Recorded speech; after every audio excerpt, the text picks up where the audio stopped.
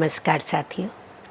भारतीय ज्ञान परंपरा में अनेक ऋषि मुनि संत हुए जिन्होंने अपने अनुभव से, अपनी साधना से संसार का मार्ग प्रदर्शित किया। उन्हें ज्ञान की ज्योति ही नहीं प्रज्वलित की, अपितु समाज की जो रूढ़ियाँ थी, रूढ़ परंपराएं थी, उनके विरुद्ध आवाज़ भी उठाई। विशेष रूप से हम देखते हैं मध्यकाल में पूरे भारत में उत्तर से लेकर दक्षिण तक, पूर्व से लेकर पश्चिम तक अनेक संत हुए जिन्होंने सामाजिक स्तर पर, राजनीतिक स्तर पर, आर्थिक स्तर पर जो वैषम्य था उसको दूर करने का प्रयास किया और समाज को मानवीय मूल्य धारण करने के लिए प्रेरित किया। तो इसी ज्ञान परंपरा में आते हैं संत रविदास, जो एक कालजयी संत रहे हैं।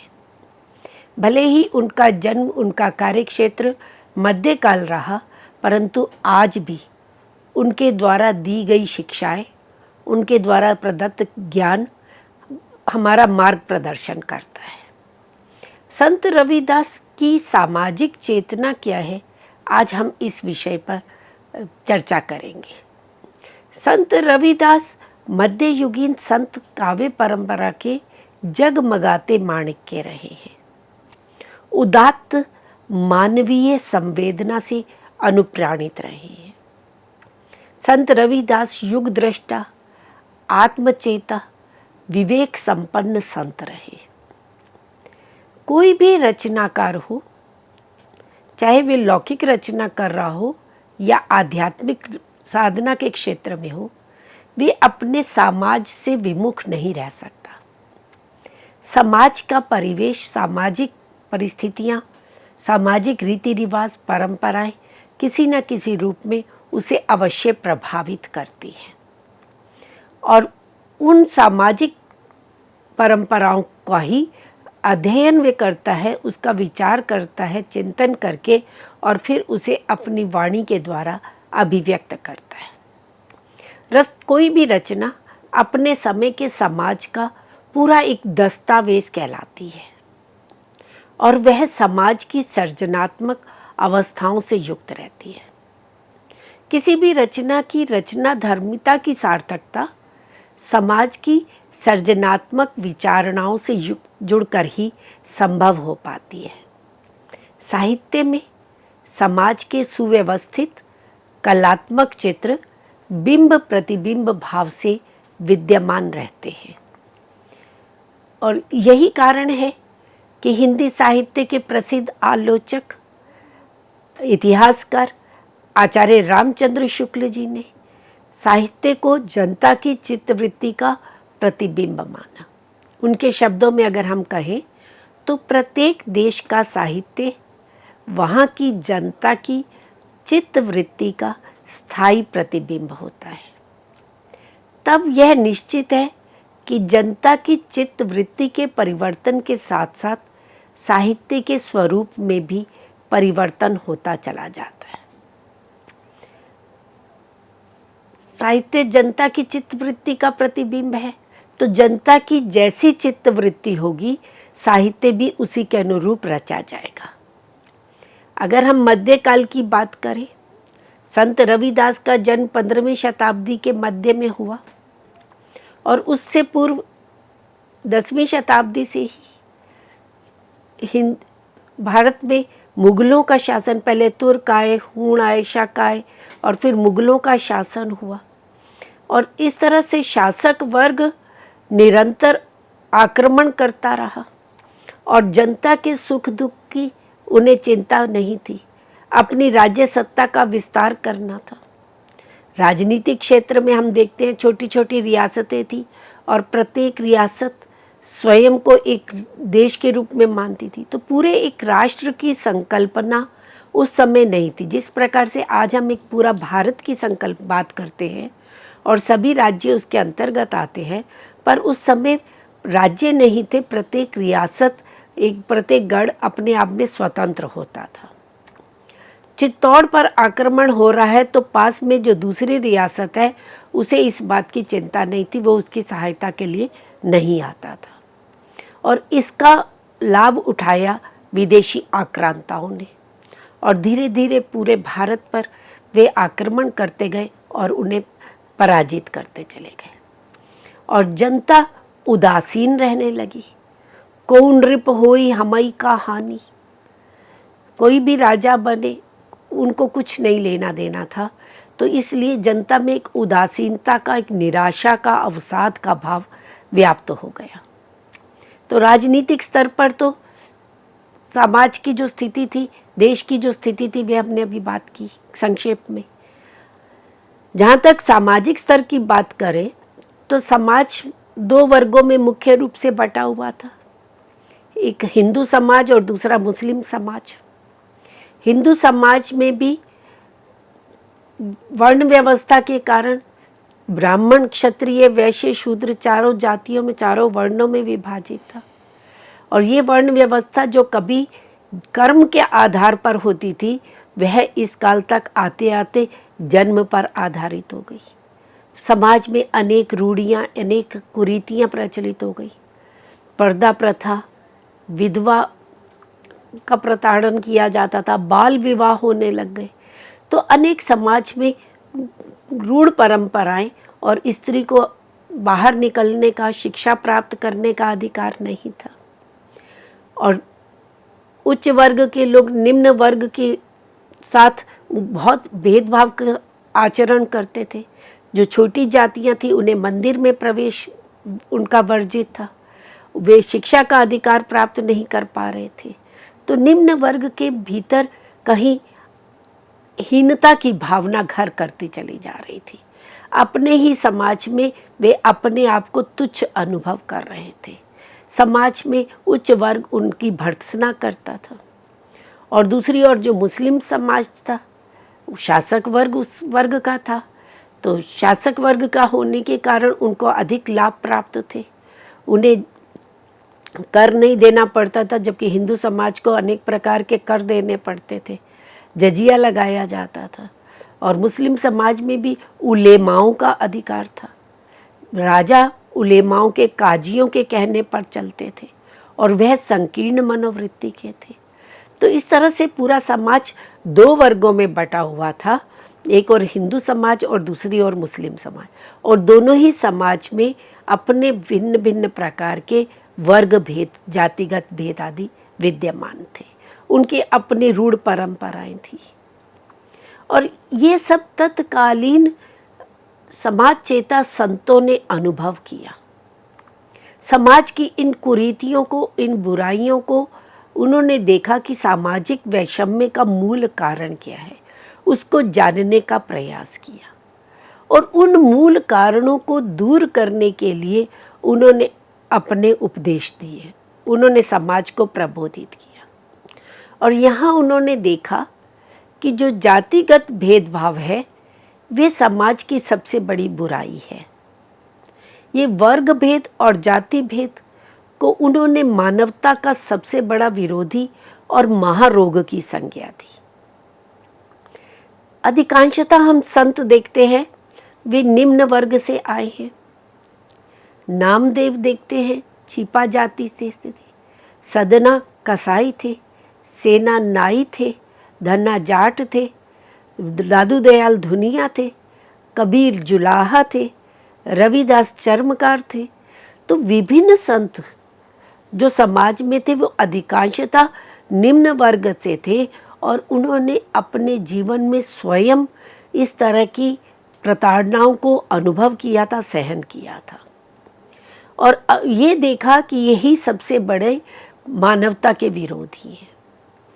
और कबीर ने तो उनका डट कर विरोध किया, अखड़ता से पूरा विद्रोह का भाव अपनाते हुए, परंतु संत रविदास ने बड़ी विनम्रता से जाति भेद का और वर्ग भेद का विरोध किया और उसे मानवता के विकास में सबसे बड़ा बाधक माना।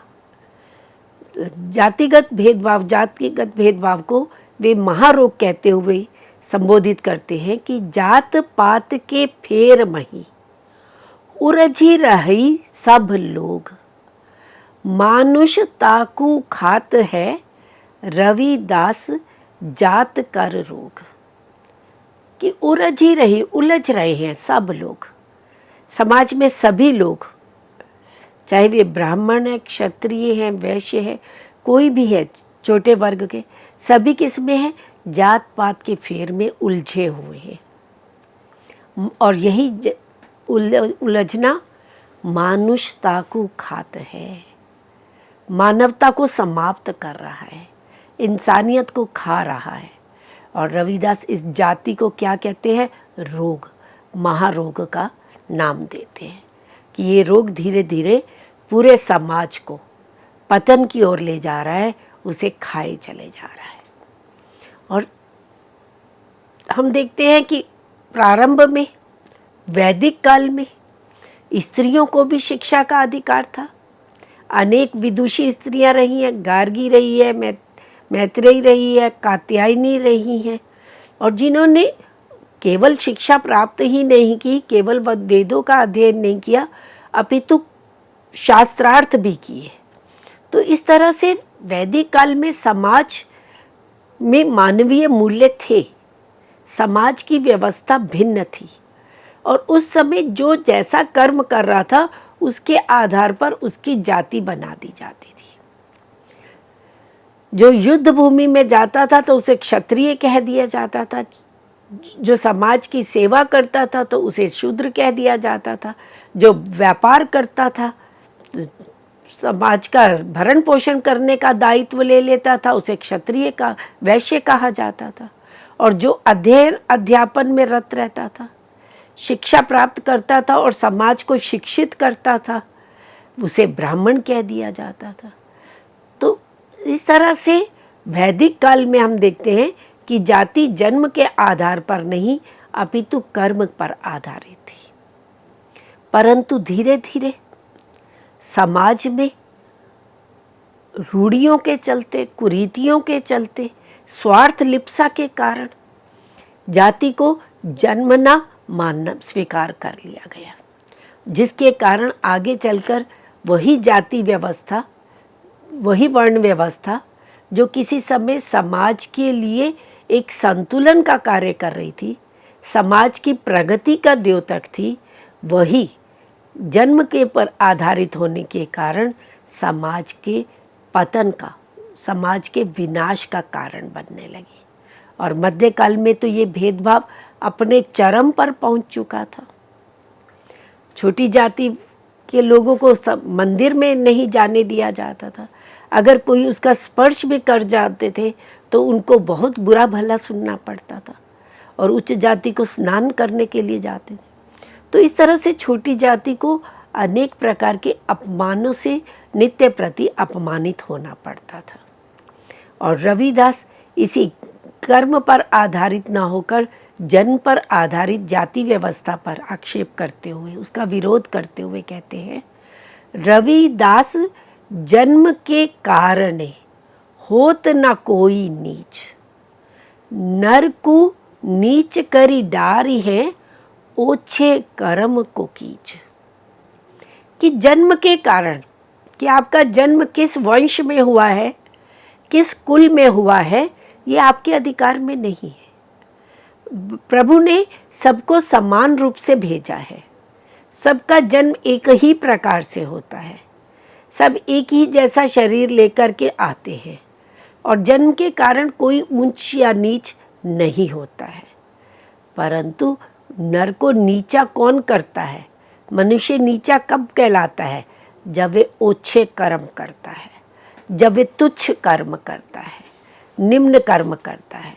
तो इसीलिए जन्म के कारण किसी को छोटा या बड़ा कहना अनुचित है, अपितु अगर कोई ब्राह्मण वंश में जन्म लेकर के और तुच्छ कर्म कर रहा है तो वह नीच कहलाएगा, और कोई निम्न वर्ग में उत्पन्न होकर के और उसके कर्म श्रेष्ठ है तो उसको निम्न नहीं कहा जा सकता। तो इसीलिए संत रविदास स्पष्ट कहते हैं, नर को नीच करी डारी है, ओछे कर्म को कीच। जो ओछे कर्मों की, तुच्छ कर्मों का कीचड़ है, कीच मतलब कीचड़, वही मनुष्य को नीचा बनाता है, वही उसे तुच्छ बनाता है, ना कि जन्म के कारण कोई तुच्छ या कोई श्रेष्ठ कहलाता है। अब संत रविदास मानव की सार्वभौमिकता की स्थापना करते हैं। संत रविदास बहुत बड़े मानवतावादी रहे और उन्होंने समाज को मानवतावाद का ही संदेश प्रदान किया है। वे कहते हैं कि सभी मनुष्य एक जैसे ही हैं, एके माटी के सब भांडे, सबका एकौ सिरजनहारा। रविदास व्यापै एकौ घट भीतर, सबको एक घड़े कुम्हारा। एके माटी, माटी मिट्टी नहीं शरीर के लिए, कि सभी मनुष्य जो हैं पंच तत्वों से बने हुए हैं, पृथ्वी, जल, अग्नि, वायु और आकाश। तो भांडे यहाँ शब्द शरीर के लिए कर रहे हैं कि सभी प्राणी जो है वो एक ही तरह से, सभी प्राणी पंच तत्वों से ही निर्मित है और सबको बनाने वाला, सबका निर्माण करने वाला, सबका सृजन करने वाला भी एक ही है। रविदास व्यापे एकौ घट भीतर, कि वही एक परमात्मा ही सब घट के भीतर, सभी मनुष्यों के भीतर, सभी प्राणियों के भीतर व्याप्त है और सबको एके घड़े कुम्हारा। या कुम्हार जैसे घड़ा बनाता है, उसी तरह से विधाता रूपी जो कुम्हार है वो ये शरीर रूपी, प्राण रूपी घड़े एक समान ही बनाता है। तो प्रभु के दरबार में, प्रभु के समक्ष कोई भी छोटा बड़ा, कोई भी तुच्छ और श्रेष्ठ नहीं है। प्रभु ने सबको एक समान बनाया है। ये भेदभाव मानव निर्मित है, मनुष्यों के अपने स्वार्थ के निमित्त बनाए गए हैं। प्रभु ने इस तरह का कोई भेदभाव नहीं किया है। तो इस तरह से मानव की सार्वभौमिकता की स्थापना संत रविदास करते हैं और जातिगत भेदभाव का विरोध करते हैं। वे सभी प्राणियों को उस ईश्वर की ही संतान मानते हैं जो एक दूसरे से जात पूछ करके और छोटा बड़ा कहा जाता है, तो वहाँ उनका विरोध करते हुए संत रविदास कहते हैं, जन्म जात मत पूछिए का जात अरूपात, रविदास पूत सब प्रभ के, को नहीं जात कुजात। अनेक पदों में संत रविदास ने इस जातिगत भेदभाव का खंडन किया है। यही जातिगत भेदभाव समाज को घुन की तरह खाए जा रहा है और बार बार संत रविदास यही कहते हैं कि किसी की जन्म से जाति मत पूछिए। जात पात क्या होता है, ये तो कुछ भी नहीं है। सभी ईश्वर की संतान है। पूत सब प्रभु के, पूत पुत्र संतान, सभी प्रभु की संतान है। कोई ऊंची जाति का और कोई कुजात निम्न जाति का नहीं है। सब इस ईश्वर के ही निर्मित हैं। और इसीलिए संत रविदास ने सभी मानवता को एक सूत्र में निबद्ध करने का प्रयत्न किया, सबको एक माना और बार बार श्रेष्ठ वर्ग को चुनौती देते हैं। उनको ये कहते हैं कि तुम अपने आप को ऊंचे वर्ग का कहते हो, ऊंची जाति का करते हो, और कर्म अगर तुम्हारे नीच हैं, कर्म अगर तुम्हारे तुच्छ हैं, तो तुम्हारा ऊंचे ऊंचे जाति में जन्म लेना व्यर्थ है।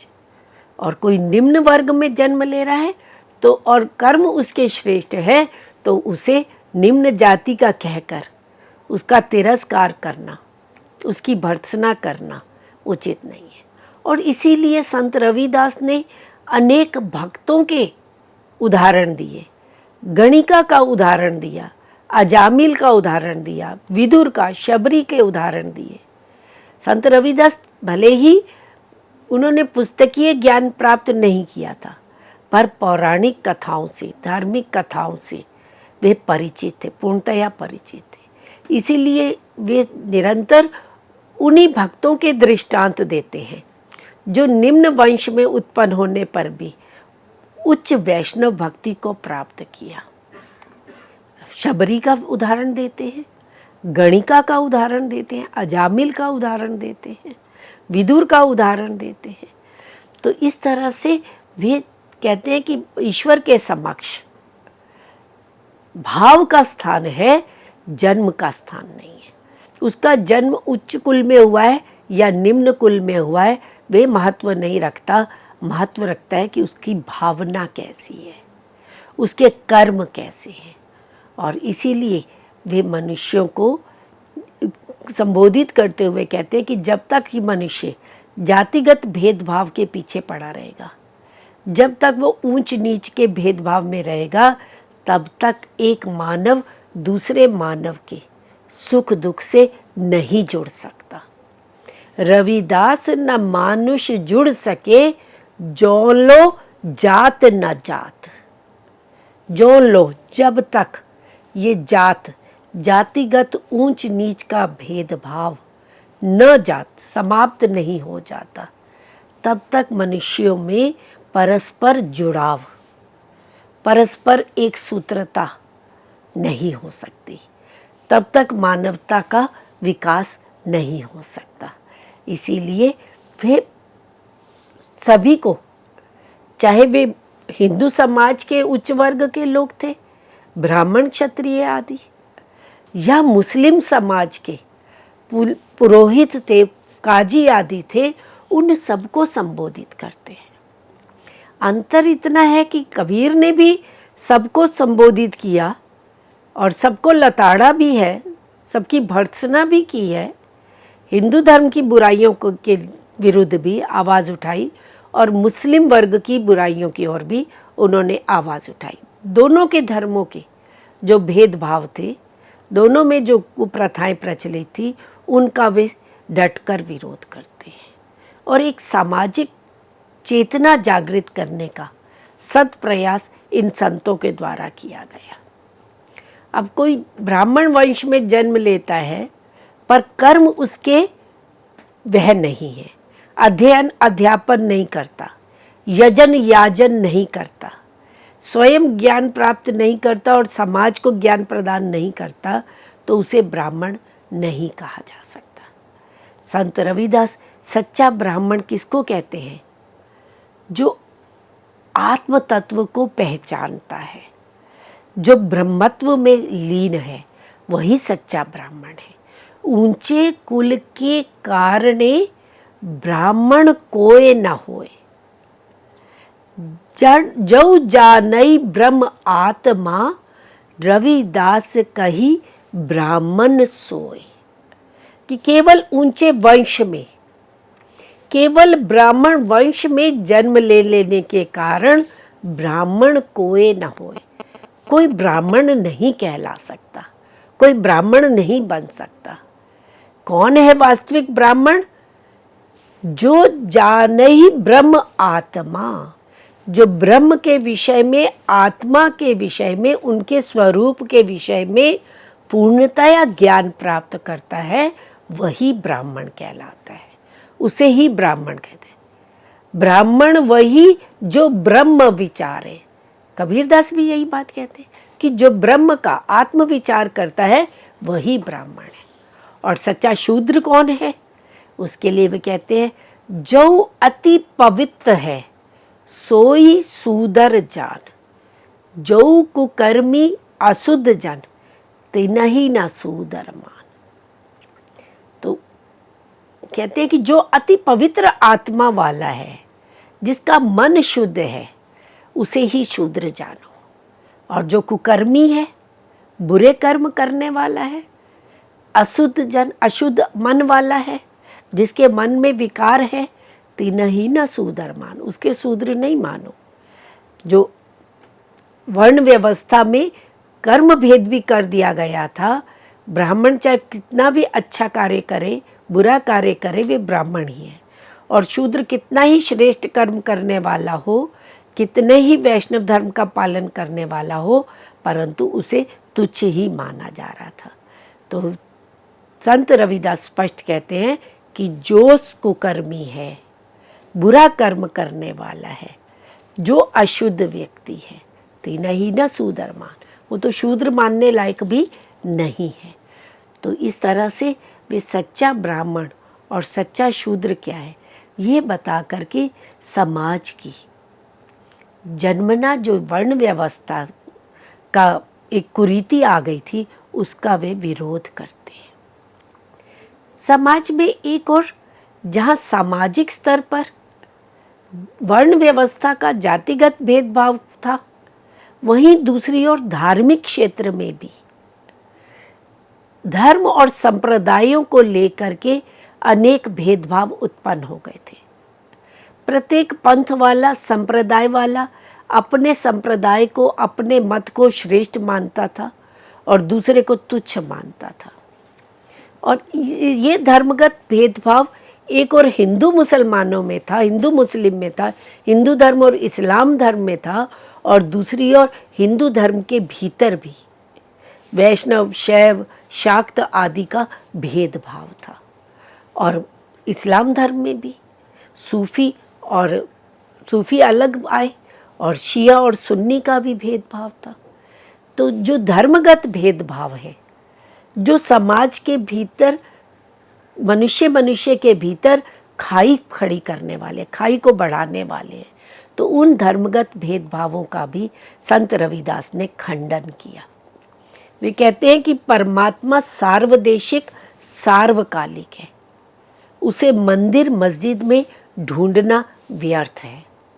ये तो मनुष्यों ने परमात्मा को संकीर्णताओं में, संकीर्ण परिधियों में, मंदिर मस्जिद की परिधियों में बांध दिया है, जबकि वह इन सब से परे सार्वदेशिक, सर्वव्यापक है, सर्वकालिक, सब स्थानों पर विद्यमान है। स्पष्ट शब्दों में संत रविदास कहते हैं, तुर्क मसीती अल्लाह ढूंढई, देहरे हिंदू राम गुसाई, रविदास ढूंढिया राम रहीम को, जह मसीत देहुरा नाई।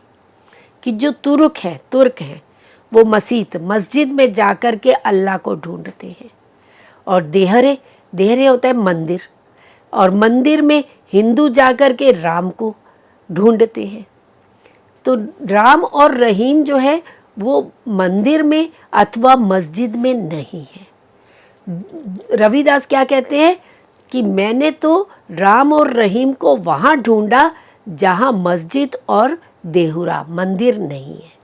अर्थात मंदिर मस्जिद की परिधि से बाहर, इन संकीर्णताओं से बाहर निकल करके ही आत्म ज्ञान प्राप्त करने पर, आत्मचिंतन करने पर अपने भीतर ही राम और रहीम को ढूंढा जा सकता है। वे किसी मंदिर मस्जिद में विद्यमान नहीं है। तो इस तरह से सार्वभौम सत्ता को संकीर्ण परिधि में बांधना अनुचित है।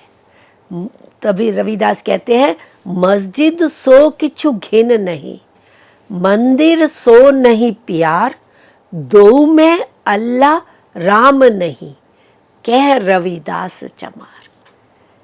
कि हिंदू होकर के हम मस्जिद से घृणा करें, घिन मतलब घृणा, तो उचित नहीं है।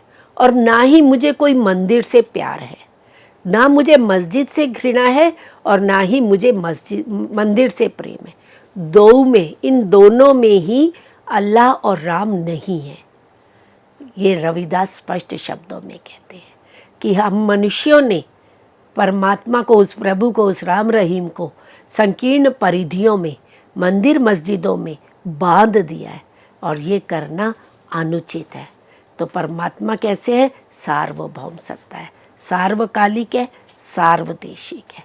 तो इस तरह से धर्मगत भेदभाव का, धार्मिक संकीर्णताओं का संत रविदास ने निरंतर खंडन किया, विरोध किया। तो इस चर्चा को हम अगले व्याख्यान में आगे बढ़ाएंगे। अभी ये चर्चा यहीं समाप्त करते हैं। धन्यवाद।